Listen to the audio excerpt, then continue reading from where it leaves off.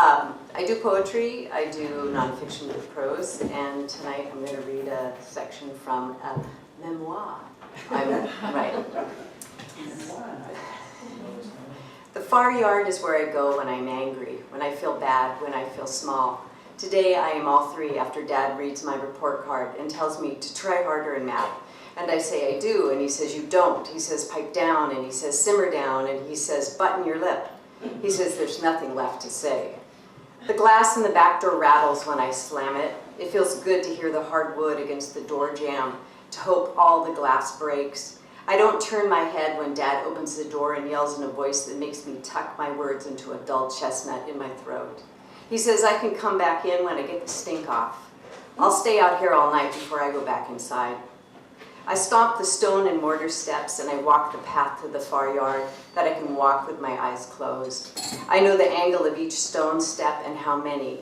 I know where the concrete buckles. I know to keep to the right on the fifth step, and I know where the stone cuts away at an odd angle with no place to set my foot. I know the apple tree to one side and the ash tree to the other, that I must push a swing away, that I must duck under low magnolia branches to reach the far yard where the cherry tree waits. I lean against the tree and push hard against its rough bark. I feel the twisted gnarl of it pressed through my thin white shirt. I push hard against the tree and I growl. I slip down to sit in the June grass. Why are negative numbers so hard? Why am I so stupid? I need to hold the number in my hand. I cannot hold what is less than 0. The cool grass is good against my hot face. I wish I could sink into the sod where it is even cooler.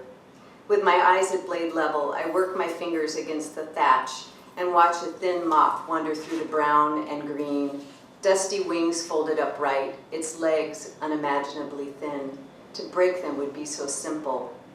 To break them would be a sin. Blades of grass become a field of green number ones. 1 and 1 and 1 and 1. Ones are everything. 1 is easy. Crochet hooks, table legs. 1 are Lincoln logs. 1s are flower stalks and onion greens, asparagus, boat oars. 1s are bobby pins and matchsticks. My legs and arms are 1s. The hair on my head, the hair on my legs and arms are 1s and 1s and 1s. My neck is a 1, my backbone, I am a bundle of 1s. Nothing can be negative. Dad's anger makes me bare my teeth, makes me want to bite. He didn't say stupid, but I know he thinks it stupid, and I hiss it like I would if I were a snake. I would bite if I were a snake. But I'm not a snake, I'm a good, good girl, a good, good girl. I say until the repetition of good, good blends into the memory of my father's finger tapping against my ribs when he tucks me into bed. Why do you tap on my ribs? And he says it helps to make you sleepy.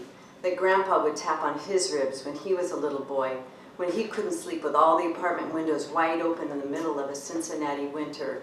His mother ordering them left open, not with consumption, not with all the dear souls off to the sanitarium. My daddy is a cold kid in a cold bed, and his daddy is tapping on his skinny ribs to lull him to sleep. It's sleepy here in the warm grass in the far yard. I close my eyes, and I see more shapes. I see the TV antenna that Dad won't leave alone because the picture's never good enough. I see 1s in the lead pipes behind the wall that Dad works on to get the water to run. 1 are the fingers of seaweed that reach up and pull me under in tendrils of unbreakable cuffs around my ankles. 1 is lake water running down my throat. 1 is the long raindrops from a carbon black cloud that wakes me to its tap, tap, tapping. I turn the doorknob and I feel the latch click in a tick that pins my stomach to my spine. Feel the hinges pull on the door screws when I ease the door shut.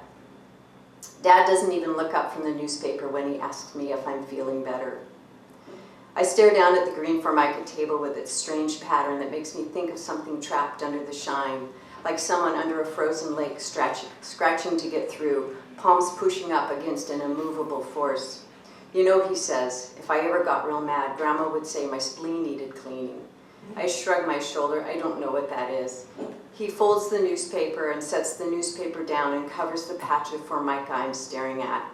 A spleen, he says, is about this size, and he holds up his fist, and then he presses his index finger against my rib, and I hold my breath. That's your spleen. He pulls the newspaper off the table and snaps it open, and he tells me my report card isn't bad at all, isn't bad at all. you.